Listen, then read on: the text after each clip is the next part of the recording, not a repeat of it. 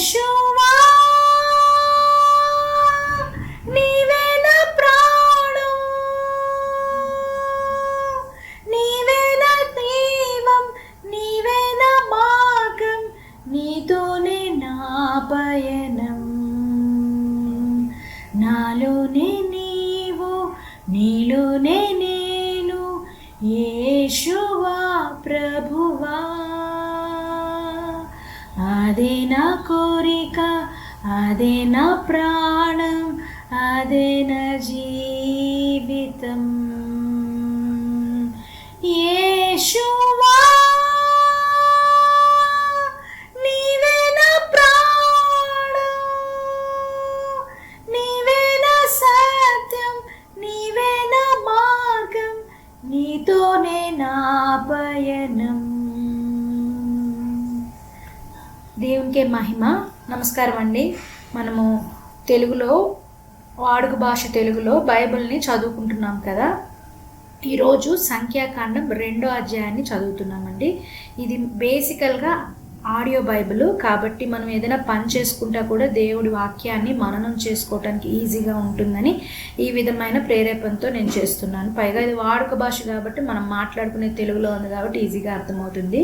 ముందు ఎపిసోడ్లో మనము 3 గ్రంథాలు చదివేశాము. అవి ఆదికాండము, నిర్గమకాండము, లేవీకాండము. ఇప్పుడు సంఖ్యాకాండానికి మనం వచ్చామండి. సంఖ్యాకాండము అంటే ఎడారి ప్రయాణాలు అని అర్థం అంట. సో దీనిలో 1వ అధ్యాయం మనం చదివాము. ఇప్పుడు 2వ అధ్యాయాన్ని చదువుతున్నాను.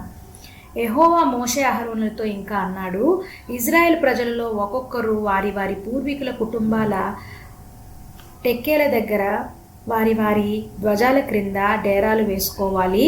వారు సన్నిధి గుడారానికి కొంత దూరంలో దాని చుట్టూరా దిగాలి. పొద్దు పొడిచే తూర్పు దిక్కున యూదా శిబిర ధ్వజం ఉన్నవారు వారి వారి సేవల ప్రకారం దిగాలి. యూదా గోత్రికులకు నాయకుడు అమ్మినాదాబు కొడుకైన నయస్సోను. అతడి సేనలలో నమోదైన వారు 74,600 మంది. యూదా గోత్రానికి దగ్గర ఇస్సాకారు గోత్రం, జెబూలూను గోత్రం దిగాలి. ఇస్సాకారు గోత్రికులకు నాయకుడు సూయారు కొడుకైన నెతనేల్.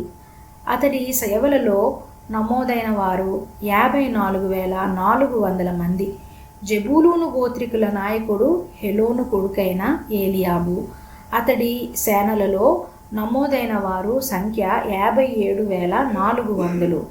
యూదా శిబిరంలో నమోదైన వారి సంఖ్య వారి సేనల ప్రకారం మొత్తం 185,400. ప్రయాణంలో వారు ముందుగా బయలుదేరి వెళ్ళాలి. రూబేను శిబిర ధ్వజం ఉన్నవారు వారి వారి సేనల ప్రకారం దక్షిణ దిక్కున ఉండాలి. రూబేను గోత్రికులకు నాయకుడు షెదేయూరు కొడుకు ఎలీసూరు. అతడి సేనలలో నమోదైన వారి సంఖ్య 46,500. రూబేను గోత్రానికి దగ్గర సిమ్యోను గోత్రం దిగాలి. సిమ్యోను గోత్రికులు నాయకుడు సూరీషుదాయి కొడుకు షెలుమియేల్. అతడి సేనలలో నమోదైన వారి సంఖ్య 59,300. గాదు గోత్రికులకు నాయకుడు రుగుయేల్ కొడుకు ఏలియాసాను. అతడి సేనలలో నమోదైన వారి సంఖ్య 45,650. రూబేను శిబిరంలో నమోదైన వారి సంఖ్య వారి సేవల ప్రకారం మొత్తం 151,450. వారు 2 గుంపులుగా బయలుదేరి వెళ్ళాలి. లేవి శిబిరం ఉన్న సన్నిధి గుడారంలో ఇతర శిబిరాల మధ్య బయలుదేరి వెళ్ళాలి. వారు ఏ విధంగా దిగుతారో ఆ విధంగా వారి వారి ధ్వజాల ప్రకారం ఒక్కొక్కరు వారి వారి వరుసలలో బయలుదేరి వెళ్ళాలి. ఎఫ్రాయిం శిబిర ధ్వజం ఉన్నవారు వారి వారి సేనల ప్రకారం పడమటి దిక్కున ఉండాలి. ఎఫ్రాయిం గోత్రికులకు నాయకుడు అమీహూదు కొడుకైన ఎలీషును. అతడి సేనలలో నమోదైన వారి సంఖ్య 40,500. ఎఫ్రాయిం గోత్రానికి దగ్గర మనష్షే గోత్రం ఉండాలి. మనష్షే గోత్రికులకు నాయకుడు పెదూసూరు కొడుకు గమలియేల్.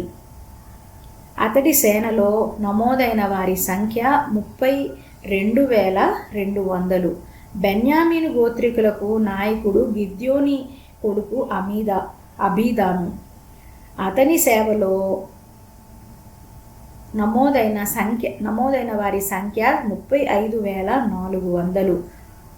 ఎఫ్రాయిం శిబిరంలో నమోదైన వారి సంఖ్య వారి సేనల ప్రకారం మొత్తం 1,80,100. వారు 3వ గుంపుగా బయలుదేరి వెళ్ళాలి. దాను శిబిర ధ్వజం ఉన్నవారు వారి వారి సేనల ప్రకారం ఉత్తర దిక్కున ఉండాలి. దాను గోత్రికులకు నాయకుడు అమీషాదాయి కొడుకు అహీయజరు. అతడి సేనలో నమోదైన సంఖ్య 62,700. దాను గోత్రానికి దగ్గర ఆషేరు గోత్రం దిగాలి. ఆషేరు గోత్రికులకు నాయకుడు ఒక్రాను కొడుకు పగియేల్. అతడి సేనలో నమోదైన వారి సంఖ్య 41,500.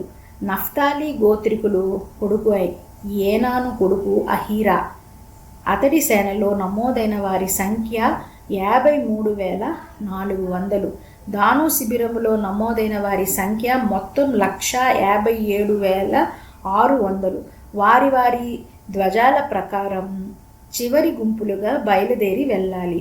వీరు వారి వారి పూర్వీకుల వంశాల ప్రకారం ఇజ్రాయేలు ప్రజలలో నమోదైన వారు. వారి వారి సేనల ప్రకారం వారి వారి శిబిరాలలో నమోదైన వారి సంఖ్య మొత్తం 6,03,550. అయితే యెహోవా మోషేకు ఇచ్చిన ఆజ్ఞ ప్రకారం లేవి గోత్రికులు ఇజ్రాయేల్ ప్రజలో తమ పేర్లు నమోదు చేయించుకోలేదు. ఆ విధంగా యెహోవా మోషేకు ఆజ్ఞాపించినట్టెల్లా ఇజ్రాయేల్ ప్రజలు చేశారు. వారి వారి వంశాలు పూర్వీకుల కుటుంబాల ప్రకారం ఒక్కొక్కరు వారి వారి ధ్వజాల దగ్గర డేరాలు వేశారు, బయలుదేరి వెళ్ళారు. ఇదండి 2వ అధ్యాయం యొక్క సారాంశం. బేసికల్గా 2వ అధ్యాయం ఏం చెప్తుందంటే ప్రయాణాల కోసం గోత్రాలు నడిచే క్రమం గురించి, మకాం వేసే ఏర్పాటు గురించి చెప్పారు. ఇదంతా ఇప్పుడు ఆ 12 గోత్రాలు క్రమం నడిచే క్రమం చూస్తే మనకి క్రాస్ లాగా అనిపిస్తుందండి. దేవుని సిలువ లాగా ఇటువైపు ఇంతమంది, ఇటువైపు తిన్నగా ఇంతమంది చూస్తే దేవుని సిలువ వెళ్తున్నట్టుగా అనిపిస్తుంది. దేవుడు ఎంతో ప్రణాళికంగా అప్పటి నుంచే మనల్ని నడిపిస్తూ ఉన్నాడు.